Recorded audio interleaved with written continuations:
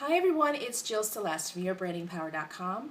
We're entrepreneurs who are struggling with attracting clients and want to build a seemingly endless pipeline of sales leads, get help building their personal brand so they become an irresistible magnet for attracting new clients and getting money for their business.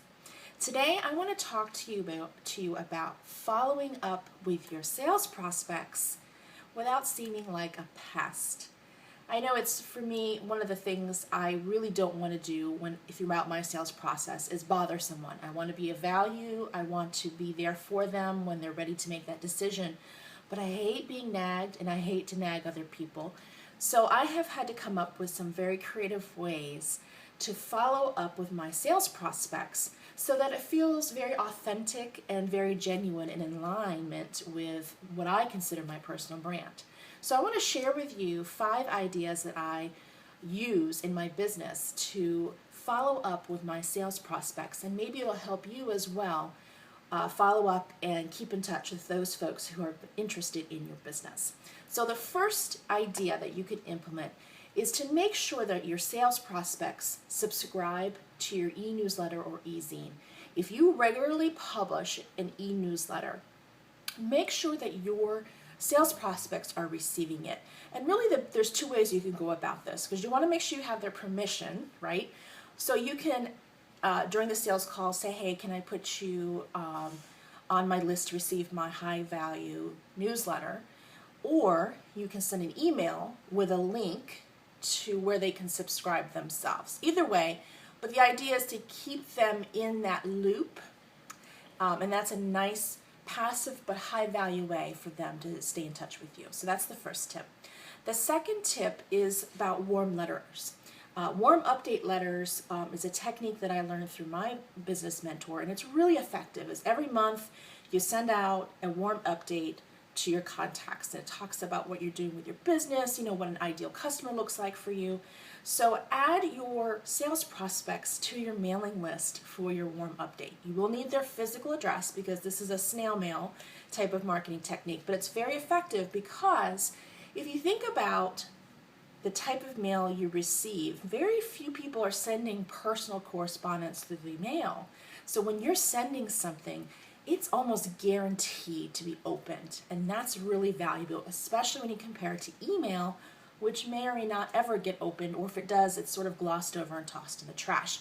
An actual letter will often be read many times, and so they languish over it. So consider a warm update campaign for your sales prospects and other contacts that you have. The third tip is in line with the warm update, and that requires mailing. But think about cards, like thinking of you cards. What I do is I buy stationery for my business, and that might include paper stationery or cards. And this is a good investment for your business because that means you always will have it on hand. And periodically, just send a thinking of you card to your sales prospects. Write a nice little friendly note, nothing very salesy, just saying, I was thinking of you today. I hope everything's going okay. I'm here if you need me. Very warm and very friendly, and go ahead and mail that. Again, the whole mentality is if somebody receives something in the mail, they're going to open it and it's going to make them feel good. So that's the third idea for you. The fourth idea is with email, because email is still a very good form of communication, but go beyond the just following up email that you may be sending and include something very valuable in that email. This could be like a link to an article that maybe your sales prospect is interested in, or maybe you're reading a book and you're like, hey, I'm reading this book and I really think you might like it too. Here's the title. Some type of valuable nugget of information that shows that you care, and that you're thinking of them in a way of helpfulness.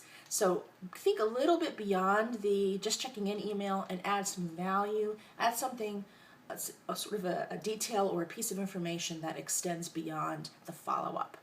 And my fifth idea that you could do is send a small gift. Now this is something obviously you don't send anything too elaborate because that's probably not within your price range. It may not be very authentic. But think about small gifts along the way. A lot of folks will send gifts around the holidays, and that's a great idea. The thing I want to caution you about, though, is that every entrepreneur is sending gifts around the holidays. So figure out other ways you can use gift giving, and it doesn't have to be something very expensive. It could be a small bouquet of flowers, maybe a gift card to a local coffee shop, maybe a book or journal, something that's not terribly expensive, and send it off. And you will definitely be appreciated by your sales prospects, and it's a great way to be remembered.